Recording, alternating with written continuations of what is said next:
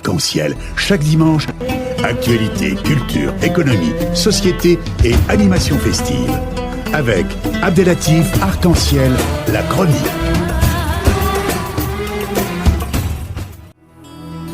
Arc-en-Ciel, la chronique.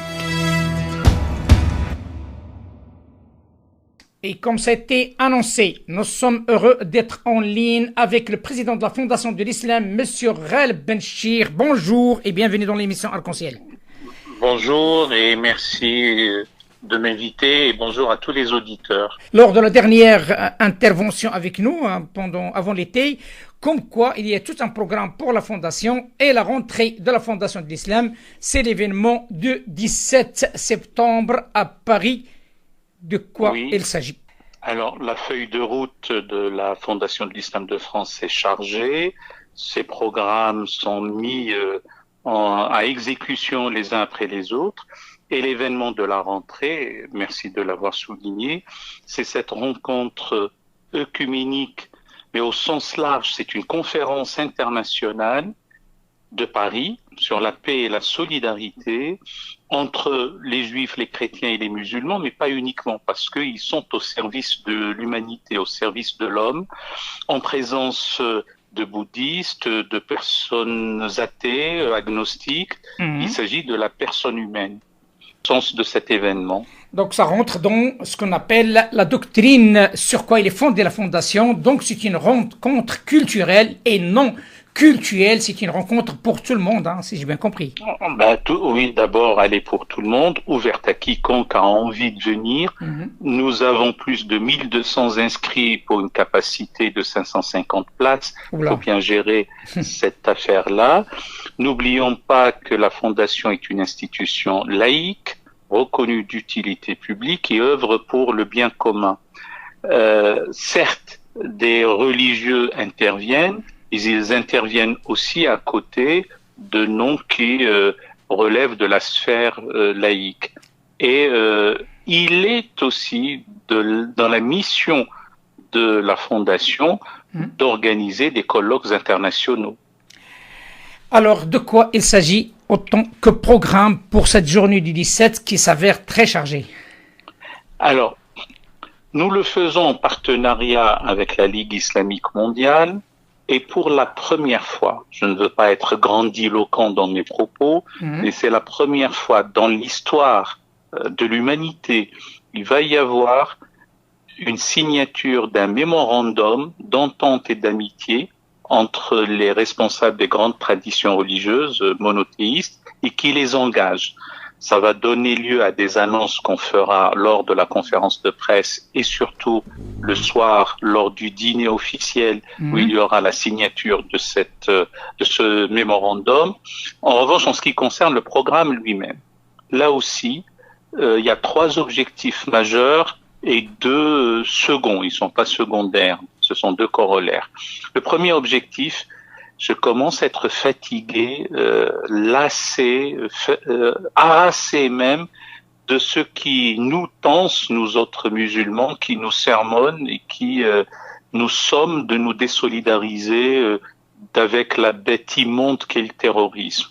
Eh bien, il va y avoir là aussi, devant des personnalités du monde musulman, depuis Jakarta jusqu'à Dakar, depuis Rabat jusqu'à l'Ouzbékistan, passant par les grandes contrées du monde islamique et bien entendu en France, venant des gens qui viennent des États-Unis et de partout, où d'une seule voix et une bonne fois pour toutes, non seulement on condamne, on dénonce, on fustige, on récuse le terrorisme abject, mais aussi on s'attelle aux raisons qui ont fait que le sacré, la violence ont pu être mêlés comme ça dans la doctrine wahhabite, salafiste, etc.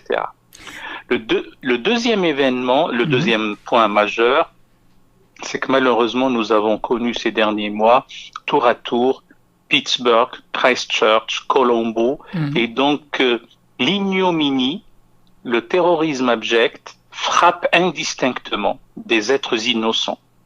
des juifs, des chrétiens, des musulmans. Et donc, notre devoir à nous, au-delà de la solidarité que nous devons afficher, quelle que soit l'appartenance confessionnelle, c'est de réfléchir comment sommes-nous arrivés ça et d'investir intellectuellement ces questions majeures de lutte contre la haine, le ressentiment, comment faire pour reconnaître l'altérité confessionnelle, l'altérité tout court, et dire que l'autre, quel qu'il soit, avec sa religion, avec sa vision du monde, est légitime et légitimement fondé à être mon semblable dans l'humanité. Le troisième axe majeur, et de mon point de vue c'est aussi de la plus haute importance, ça va être pour la première fois et devant ces oulémas, ces mouftis, ces imams, ces dignitaires religieux musulmans et les autres, mais surtout musulmans, où l'on aura à affirmer la liberté de conscience, la liberté religieuse, la liberté d'expression, l'égalité entre les êtres, hommes, femmes, le respect de l'intégrité physique et morale de la personne humaine. La personne humaine est inviolable et elle a droit à un procès équitable. Bien sûr.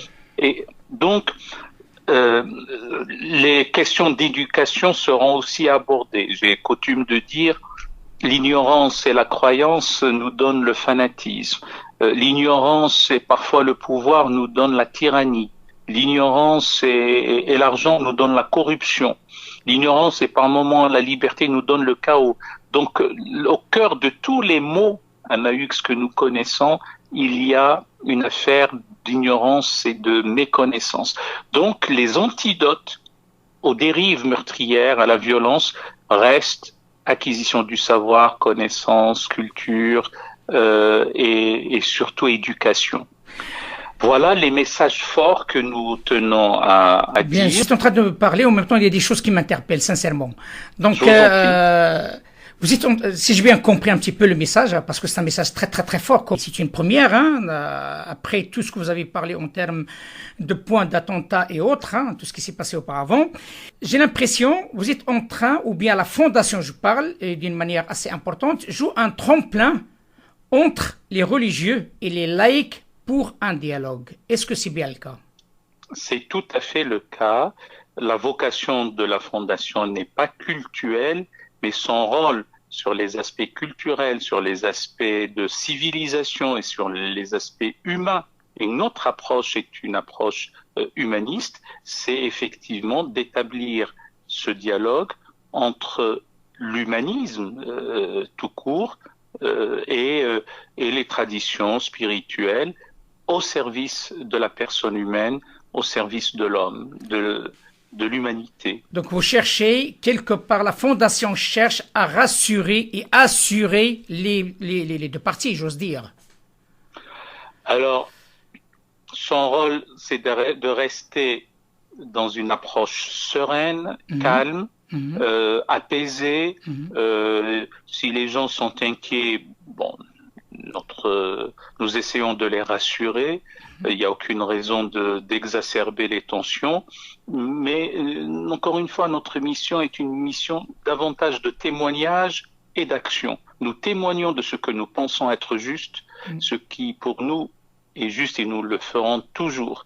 C'est le respect de la dignité humaine, sa liberté de conscience pour l'homme, sa capacité de pouvoir dire ce qu'il a envie de dire sans être inquiété. Ça me paraît être une avancée considérable, notamment dans les contrées où les sociétés musulmanes sont majoritaires, où on n'a pas l'habitude de l'entendre. Donc, les invités à Paris, ville lumière, capitale sinon mondiale, au moins européenne et française, c'est bon d'ouvrir cette nouvelle ère. Je parlerai comme Goethe qui, à Valmy, le 20 septembre 1792, disait « De ce lieu et de ce jour date une nouvelle ère dans l'histoire du monde ». Eh bien, dit le 17 septembre, il y aura une nouvelle ère dans l'histoire du monde et de l'humanité. Ben, pourquoi pas, croisons les doigts et bon vent par rapport à cette initiative louable qui a rassemblé l'ensemble d'après ce que j'ai bien vu, des religieux, mais aussi des laïcs et aussi des athées, donc Oui. qui font partie de cette conférence. Donc la conférence, si j'ai bien compris, démarrera de 9h à 16h. De 9 heures à 16 heures, il y a l'ouverture en présence donc des responsables religieux qui s'engagent plus tard dans la soirée à signer ce mémorandum d'entente et d'amitié, qui diront pourquoi sont-ils là, et par la suite, il va y avoir des tables rondes, des panels pour parler de l'identité et de l'altérité, pour parler des valeurs républicaines et des valeurs spirituelles et leur congruence, comment ces valeurs se rejoignent-elles. La liberté, l'égalité et la fraternité sont au cœur du pacte républicain. Est-ce qu'il y a un écho dans les traditions religieuses, dans la Torah, dans l'Évangile, dans le Coran? Y a-t-il une matrice spirituelle pour ces valeurs-là? Donc c'est aussi un débat. Il y a un débat sur la responsabilité qu'a l'être humain à l'égard de son frère, de son semblable, l'homme. C'est pour ça que je vous ai dit en début de notre entretien, nous n'avons pas, me semble-t-il, investi suffisamment ces sujets intellectuellement. Donc il est temps aussi de trouver les concepts philosophiques, les concepts théologiques, les concepts sociaux pour que ces paroles de vivre ensemble qui sont galvaudées puissent être appuyées sur des réalités concrètes précédées par une réflexion nourrie. Donc, c'est tout un programme qui se traduira avec des rencontres régionales à travers la France, au moins. Ah, plus tard, oui, bien entendu, nous continuons notre programme des UPI. Alors, qu'est-ce que c'est que cette affaire d'UPI? C'est l'université populaire itinérante. Nous allons de ville en ville. Une quarantaine sont programmés, plus un département ultramarin, où nous allons aborder le débat cette fois-ci autour de l'islam, du fait islamique, de la chose islamique. Le sujet islam est un sujet inflammable, explosif, d'actualité brûlante.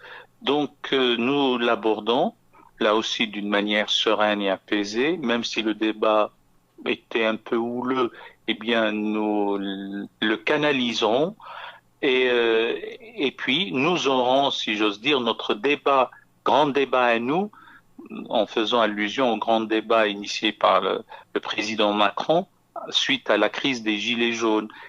Curieusement, la question islamique n'est pas abordée, or elle est épineuse et nous voulons la planir, la dénouer et la résoudre. Est-ce que cette conférence et les autres rencontres régionales, c'est une sorte de motivation par rapport à ces orientalistes qui commencent à disparaître ici en France? On parle peu maintenant d'orientalistes, on préfère parler d'islamologie savante. Donc il y a des islamologues bien formés, sérieux, compétents, savants. Il y a malheureusement certains islamologues autoproclamés, ou d'autres des politistes qui osent venir parler de l'islam mais d'un point de vue géopolitique. Nous avons au sein de la Fondation de l'Islam de France l'ambition d'aider cette discipline, la discipline qui est l'islamologie, pour qu'elle recouvre ses lettres de noblesse et que les étudiants en islamologie puissent, pour les plus démunis parmi eux, bénéficier d'une bourse d'études pour leur thèse de doctorat. Eh bien, bravo, c'est tout un programme. Donc, l'adresse, si vous le permettez, Monsieur Ghaleb, donc c'est le Palais Brognard, bien sûr, qui est devenu un haut lieu pour des événements de cet ordre. À l'époque, c'était le Palais de la Bourse. Alors, nous avons du monde et nous refusons, hélas, et ça me coûte, et je suis sincèrement navré. Et je continue à donner quand même le site, le lien pour pouvoir s'inscrire. C'est P et Solidarité sans l'accent, tout en minuscule. Il y a 2 tirets entre P et Solidarité. Donc pax-et-solidarité sans accent.org. Écoutez, bon vent par rapport à cette première conférence de la rentrée pour un vivre ensemble. J'espère bien, de toute façon, quoi qu'il arrive, l'émission Arc-en-Ciel sera parmi vous pour aussi assister et en même temps encourager cette initiative qui est louable, qui est dédiée aussi à cet échange international et surtout avec les trois religions monothéistes qui font la une, les juifs, les chrétiens et les musulmans. Et il est temps de parler, il est temps de parlementer, il est temps de voir l'avenir en commun. Bon vent, Monsieur Ghael Benchir, et bon vent à la Fondation de l'Islam. Et je vous dis à très bientôt, et aussi après cette conférence pour faire le point sur la conclusion qui sera faite à partir du 17 septembre. Merci infiniment. Merci à tous nos auditeurs.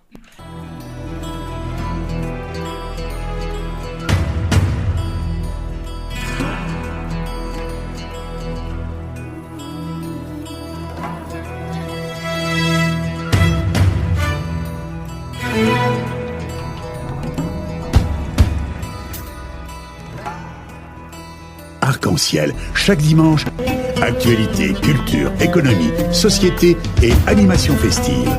Avec Abdelatif Arc-en-Ciel, la chronique.